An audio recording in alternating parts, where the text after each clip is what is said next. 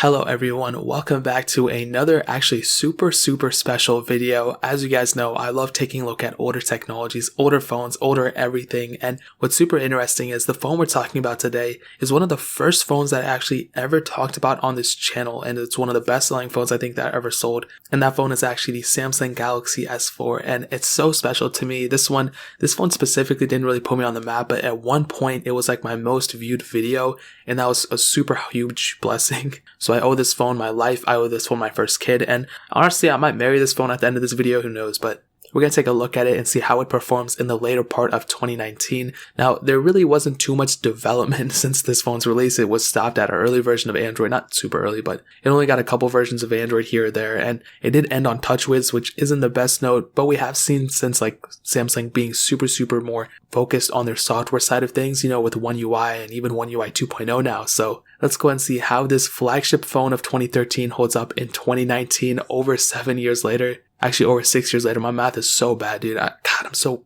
Looking on the outside of this phone, you can see that it looks just like what a typical person would envision a Samsung phone from back in the day. But I will tell you, coming from a Samsung Galaxy S3 or even Galaxy S2 or whatever, this phone at one time was literally one of the best looking phones in my opinion at that time. So in 2013, 2014-ish, that's when I started even getting into phones. Well, I always got into phones, but like when I started seeing them and like kind of actually looking like, oh, which phone do I want to buy next? This was one of those phones that were on my radar, but I couldn't get them at the time because they were way too expensive for me. But the Samsung Galaxy S4, looking at the front, dude, it doesn't even look that bad. It doesn't even look that outdated, but especially coming from a Galaxy S3, this phone looks so much better. You know, it has a 5-inch 1080p Super AMOLED display. You have about 441 pixels per inch. Now, you do have that home button on the front as well as the capacitive screens, and compared to a lot of phones that we have nowadays, there's a lot of bezel on this thing, but dude, without a doubt, I will say it doesn't look that bad. The screen isn't even that bad. My specific unit does have burn-in as well as some scratches on the front, but that's kind of the price you pay when you're picking up a phone that came out in 2013. The front, though, it doesn't look that bad. You have that front camera up top, and that's really all you need, boy. I mean, think about it. It doesn't have a fingerprint sensor, but you know, this phone 2013, not a lot of phones at that time had a fingerprint sensor. On the bottom, you have the micro USB port. You have a headphone jack somewhere on this phone. I think it's on the top. On the back, single camera, but you are able to have that removable back on this phone, which probably no phones have nowadays,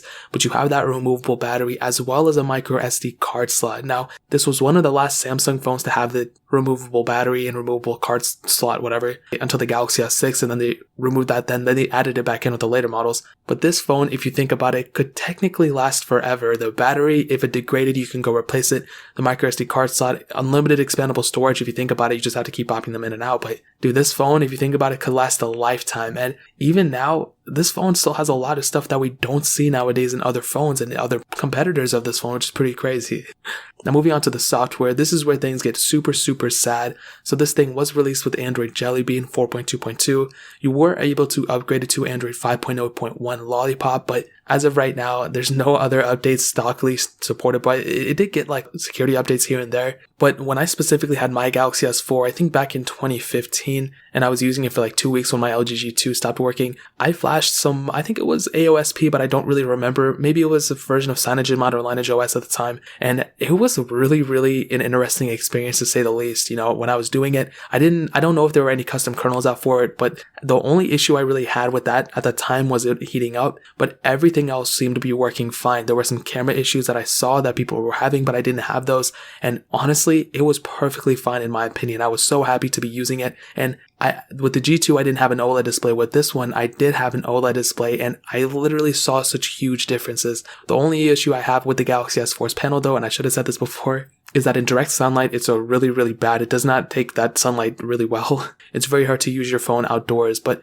outside of that, I mean, in terms of the software, if you're willing to root it and custom ROM it, I think you're going to have still a pretty decent experience. Don't expect the fastest thing. It's pretty slow, even on the most stockish of Android custom ROMs out there. This thing is not really the most suitable thing when you're going through things, but ultimately in stock software support, not supported anymore. I wouldn't even use it. But if you're willing to root it and custom ROM it, I'm saying go for it. There's a ton of ROMs out there, and you know, this thing will definitely last forever, I think, in terms of software support and third-party development. So that kind of covers up that. Let's go ahead and talk about the performance of this thing. Now, during its release, it had the Exynos 5410 octa chipset, an octa-core CPU, a PowerVR SG, whatever GPU, and all the models, there were 3 different models of the Galaxy S4, all of them had 2 gigabytes of RAM, which isn't really a lot of RAM if you think about it. It's kind of not a lot at all, but at that time, 2013, I mean, Androids and all these other phones didn't have like 12 gigs that we have now. It was a very small amount, so it wasn't that bad. And I remember with the S4, I wasn't thinking to myself, oh my god, this phone only has 2 gigabytes of RAM. When I bought it in 2015, I was like, oh, it's a very competitively priced phone. You're getting an OLED display. It looks really nice too. And I thought it was a very good, compelling device in terms of performance at that time. Now, when I'm using it now, it's a completely different story. Obviously, things glitch up everywhere. It's not the fastest device. It doesn't really even perform that well in terms of a 2013 device, in my opinion. I've had phones like a Nexus 4 even that perform faster than this thing. But at the end of the day, it's usable. And when you're comparing a phone that's over 6 years old to now, there's things that are going to be come and go. Even like my iPhone 5S that came out that year, I think my 5S now is faster than when it was released in 2013. And I'm kind of curious to actually compare these older phones that came out at the same year that were like competitors at that time nowadays to see what the differences are and how they hold up. I've been saying that Androids don't really hold up as well over time compared to iPhones, but I'm curious to see how that holds up in terms of my frame when I'm actually comparing these things. So in terms of performance though, heavier intensive games, they're runnable, they're usable, but they're very glitchy. Even regular games, it's all over the place. But this device, if you're picking it up now, don't expect to be getting the fastest device, but it is usable and it will get you from point A to point B. It might take you quite a bit of time to do that, but for a 2013 device, what more can you expect? You know what I mean? So in terms of performance, I give it like a, average for a 2013 device, but in 2019, it's just not really that good. But when you factor in the age, I guess it's whatever, you know what I mean? So that kind of covers up the performance side of things. So let's go ahead and hit on the camera. So on the back, we have a single 13 megapixel camera, which is funny because that's higher resolution than like the iPhone XR's camera, but that's not completely the case. Megapixels are not everything. It is a 1080p sensor. It's a single sensor and no optical image stabilization, no 4K videos, no 1080p at 60 frames as far as I can tell, but it is a pretty decent sensor. And when you're going and taking photos, I'm not even a photographer. I don't really care about the photo quality that much, but when you're taking a photo on this thing, I think it's good enough. The colors are kind of cool. The colors are kind of on the cooler side. It's funny because when you look at the phones now, Samsung phones especially, I've always felt like those are on the warmer side sometimes, but this one is more on the cooler side in my opinion. But the cool thing about this camera is that there are quite a bit of features still in that camera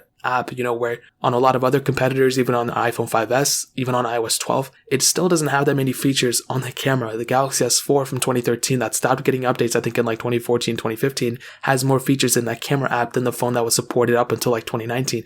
And it's still getting iOS updates kind of. So the Galaxy S4 is kind of impressive there. I always knew there were tons of features in that, but it's still pretty impressive. The front, we have a 2 megapixel sensor and you can shoot 1080p videos on it surprisingly, but I mean, they're good sensors, but I really wouldn't recommend using them if you have other choices. A mid-range phone from nowadays, even like a prepaid phone for like $30, like that one phone I bought from like Best Buy that I did that video on, the $30 one, I think even that one has like a worse camera than the Galaxy S4. So we're moving in the right direction, but ultimately the Galaxy S4, for being released in 2013, dude, it isn't even that bad of a camera in my opinion. Now hitting on the battery life, on stock it had a 2600 mAh battery, but my specific unit, it doesn't even have that much. That battery has degraded. But the biggest advantage of the Galaxy S4 is that battery is removable. So you can easily go pick up a battery from Amazon, pick up a battery from eBay, get an even bigger size battery. You can put like a 3,400, 5,000 mAh battery in it if you want to. If you're just willing to pay that extra amount, if you're willing to still support your Galaxy S4, and you have that ability on this phone where on many different phones, you do not have that ability at all. So that's a humongous advantage for the Galaxy S4.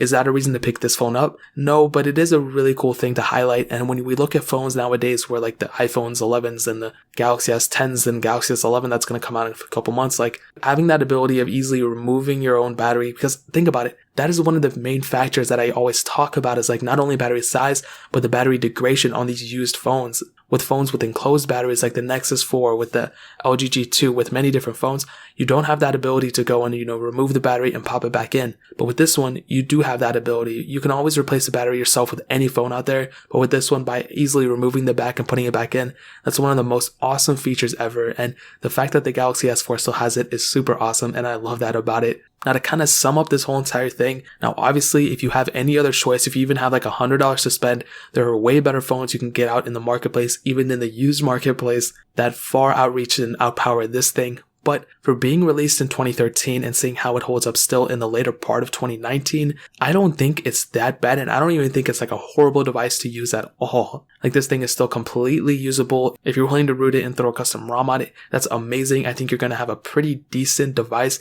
Again, if I had to, I would not use this thing at all, me personally, even on a custom ROM. But if it's your only choice, if you have like $20, $30 to spend, it's not a horrible device at that money. But again, if you're willing to get this one, I would not expect the world of performance. I would not expect crazy things. Like the RAM, it really kind of hinders it a lot. The security updates, even if you keep it stock or even if you custom ROM it, there's really not too many developers for this thing. There are a few who are like dedicated to it, but as a whole, I mean, this thing is probably going to be out supported even in the development community, and it's slowly going to die off eventually. But in my opinion, the Samsung Galaxy S4 still holds up kind of in the later part of 2019. Now, next year, maybe things will change.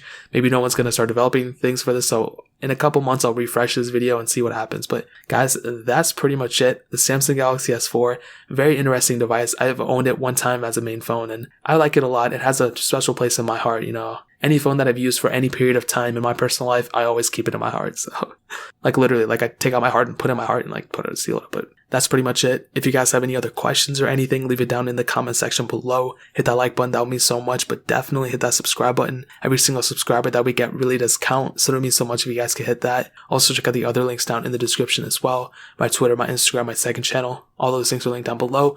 I'd really appreciate if you guys could check it out. But more importantly than everything else, I love every single one of you guys. Hopefully I'll catch you guys in the next video. Peace out till then.